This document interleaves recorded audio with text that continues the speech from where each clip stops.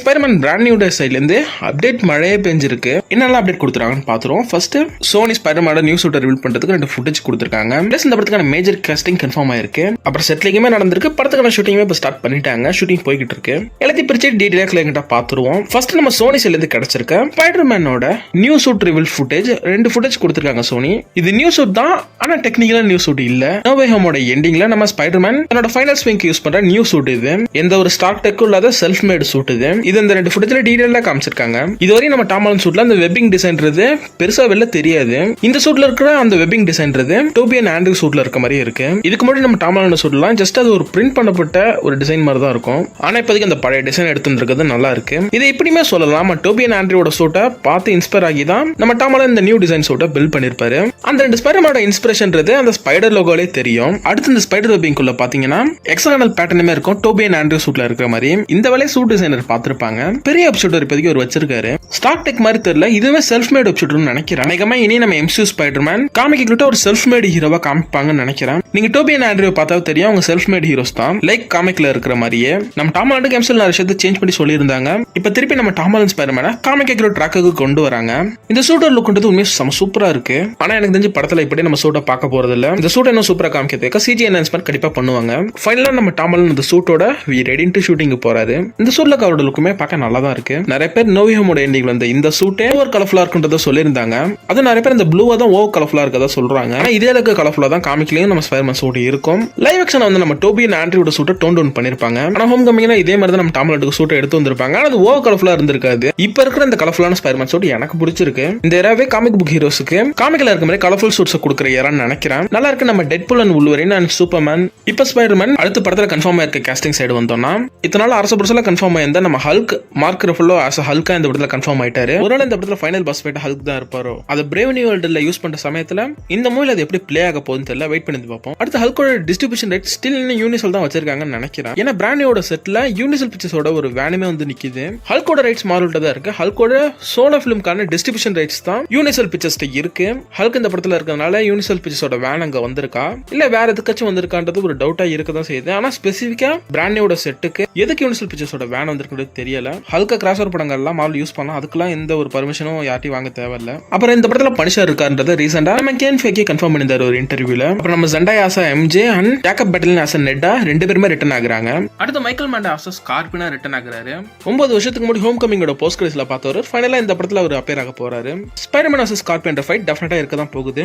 ரீசெண்டா கூட ஒரு ஃப்ரெண்ட்லி நெய்பர்ஹுட் ஸ்பைடர்மேன் சீரிஸ்ல நம்ம ஸ்பைடர்மேன் ஆசா ஸ்கார்பியன் ஃபைட்டை பார்த்துருப்போம். அன்னைக்குமே இதை நம்ம பிராண்ட் நியூ டேலயுமே பார்ப்போம். ஸ்பைடர்மேனோட வில்லன் லிஸ்ட்ல ஸ்கார்பியன் ஒரு பயங்கரமான வில்லன் தான். மைக்கேல் மாண்டா ஒரு தரமான வில்லனசம் பிளே கொடுப்பாரு. கிட்டத்தட்ட மைக்கேல் மாண்டா ஆசா ஸ்கார்பியனா பெர்ஃபெக்ட் காஸ்டிங். அவரு இவ்வளவு நாளா அவர் யூஸ் பண்ண வேஸ்ட் பண்ணிட்டாங்க. இப்போ யூஸ் பண்ண போறாங்க. அடுத்து லீசா கோலன்ற ஒரு ஓல்ட் ஆக்ட்ரஸ்மே காஸ்ட் பண்ணப்பட்டிருக்காங்க. இவங்களோட ரோல்ன்றது அன்னோனா தான் இருக்கு. ஆனா ஆல்ரெடி இருக்க ரூமர் படி பார்த்தோம்னா இந்த படத்துல ஸ்பைடர்மேனுக்கு ஒரு ஃபீமேல் வில்லன் தான் இருக்க போறாங்கன்ற ஒரு ரூமர் இருந்துச்சு. அது 40 to 60 ஏஜ் கேப்க்கு ஒரு ஆக்ட்ரஸ் தேடிட்டு இருந்தா ரூமர்ஸ் இருந்துச்சு. இவங்க ஏதாச்சும் ஒரு வில்லன் ரோல் பிளே பண்ண பாசிபிலிட்டி இருக்கு.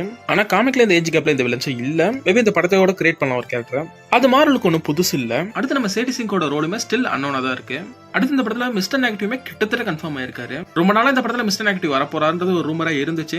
ஆல்மோஸ்ட் கன்ஃபார்ம் ஆயிட்டா. ஆனா அபிஷியலான எங்கேயும் கன்ஃபார்ம் பண்ணல. அது எப்படி ஆல்மோஸ்ட் கன்ஃபார்ம்னு கேட்டீங்கன்னா இந்த மிஸ்டர் நெகட்டிவ் கிரியேட் பண்ண இன்னர் டீமன் ஒரு கிரைம் ஆர்கனைசேஷன் இந்த குரூப்போட லோகோ ஒரு மிலிட்டரி கான்வாயில மாட்டிருக்கு. அதுவும் இந்த படத்துல செட்லிக்ல தான் இது கன்ஃபார்மே ஆயிருக்கு. இந்த குரூப் இந்த படத்துல அப்பியர் ஆக போறாங்கன்னா அவங்களோட தலைவன் மிஸ்டர் நெகட்டிவ்மே அப்பியர் ஆகணும். அஸ்வெல் ஃபர்ஸ்ட் லைவ் ஆக்ஷன் டெபியூட்டா மிஸ்டர் நெகட்டிவ் இந்த படம் அமையலாம். அதுல வர போற நம்ம ஸ்மார்ட் ஹல்கா சேவேஜ் ஹல்கா மாத்துறதுக்கான ஒரு கீ ரோல மிஸ்டர் நெகட்டிவ் இந்த படத்துல பிளே பண்ண பாசிபிலிட்டி இருக்கு. மிஸ்டர் நெகட்டிவோட பவர்ன்றது நெகட்டிவ் எனர்ஜி கிரியேட் பண்ண முடியும், மேனிபுலேட் பண்ண முடியும், ஒருத்தர் டச் பண்றது மூலம் ஈஸியா விட்டு கரெக்ட் பண்ணிட முடியும். அதே சமயத்துல அவர் மைண்ட் கண்ட்ரோல் பண்ண முடியும். இப்போ யோசிச்சு பாருங்க, இந்த படத்தோட ஸ்டோரிக்கு இந்த கேரக்டர் இம்பார்ட்டண்டா இருக்கும், கரெக்டா செட் ஆகும். அடுத்து இவரோட அடியாட்கள் கும்பலான இன்னர் டிமென்ஷன் இந்த படத்துல அப்பியர் ஆக போறாங்க. காமிக்லயும் PS4 ஸ்பைடர்மேன் கேம்ல வந்த மாதிரி மிஸ்டர் நெகட்டிவ் ஒரு பவர்ஸை வச்சு இந்த குரூப் என்ஹான்ஸ் பண்ணுவாருன்றது தெரியல. அவங்களோட படிச்சு தான் என்ஹான்ஸ் பண்ணிருப்பாரு. படத்துல என்ன மாதிரி ஷூட் பண்ணாங்கன்னு வெயிட் பண்ணி தான் பார்க்கணும். யார் மிஸ்டர் நெகட்டிவ் பிளே பண்றதுக்கான பாசிபிலிட்டி இருக்குன்னு கேட்டீங்கன்னா ஸ்டீவன் யூன் பிளே பண்ணலாம். இன்னும் ஒரு சில ஆக்டர்ஸ் இந்த லிஸ்ட்ல இருக்காங்க. ஸ்டீவன் யூன் எனக்கு ஒன்னும் அந்த பர்ஃபெக்ட்டா அந்த கேரக்டருக்கு தெரியல.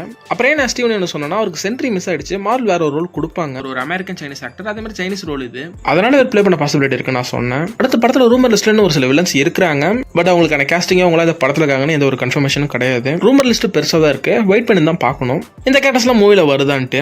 இப்போ அந்த லிஸ்ட்ல கிங் பின்னுமே ஆட் ஆயிருக்காரு. அடுத்த படத்துல ஆக்ஷன் சீக்வன்ஸ் பீக்ல இருக்க போகுது. ஷாங்ஷியோட டேரக்டரான டேனியல் டஸ்டன் கிரேட்டன் தான் இந்த படத்தை இப்போ டைரக்ட் பண்றாரு. ஆக்ஷன் சொல்லவே தேவையில்ல, ஷாங்ஷி பத்தி எல்லாருக்கும் தெரியும். அதுல இப்போ ஒரு விஷயம் கன்ஃபார்ம் ஆயிருக்கு, Spiderman and punisher and Hulk இவங்க 3 பேருமே டீம் அப்பா ரியல் எனிமியை ஃபேஸ் பண்றதுக்கு முன்னாடி ஒருத்தர் சண்டை போட்டுப்பான்றதை கன்ஃபார்ம் பண்ணிருக்காங்க. ஃபர்ஸ்ட் ஸ்பைடர்மேன் vs பனிஷர்ன்றது தான் நடக்க போகுது. அதுக்கப்புறம் இவங்களுக்குள்ள அண்டர்ஸ்டாண்டிங் வந்து இவங்க ஒரு டியோவா மாற அப்புறம் இவங்க சாவேஜ் ஹல்க் எடுத்து ஃபைட் பண்ற மாதிரி இருக்கும். டேனியல் டஸ்டன் கிரேட்டன் கண்டிப்பா ஒரு தரமான படத்தை தான் குக் பண்ணிட்டு இருப்பாரு. ஆல்ரெடி நம்ம கெவின் ஃபைகே கன்ஃபார்ம் பண்ணியிருந்தாரு. நம்ம டேனியல் டஸ்டன் கிரேட்டன்ல இருந்து 9 காமிக் கவர்ஸை அவரோட ரூமோட வால்ல ஒட்டி வச்சிருக்கா நம்ம கெவின் ஃபைகே கன்ஃபார்ம் பண்ணியிருந்தாரு. இதுல comic to live action recreation scene இருக்க தான் போகுது. நிறைய பேர் நிறைய ஃப்ரேம்ஸ் சொல்லிக்கிட்டு இருக்காங்க இதுதான் படத்துல வரப்போகுதுன்னு.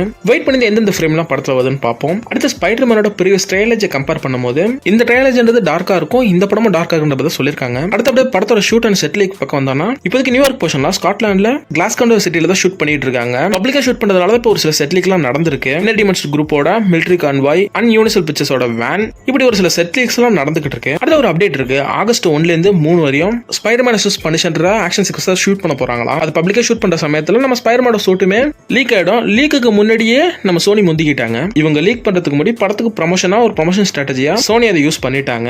இது நல்ல ஐடியா தான். சரி ஓகே கைஸ், பிராண்ட் நியூ சைட்ல இருந்து கிடைச்ச எல்லா அப்டேட்டுமே நான் கவர் பண்ணிட்டேன். இதோட இந்த வீடியோ நான் முடிச்சுக்கிறேன். நெக்ஸ்ட் ஒரு நல்ல வீடியோ சந்திப்போம். Tata, bye guys.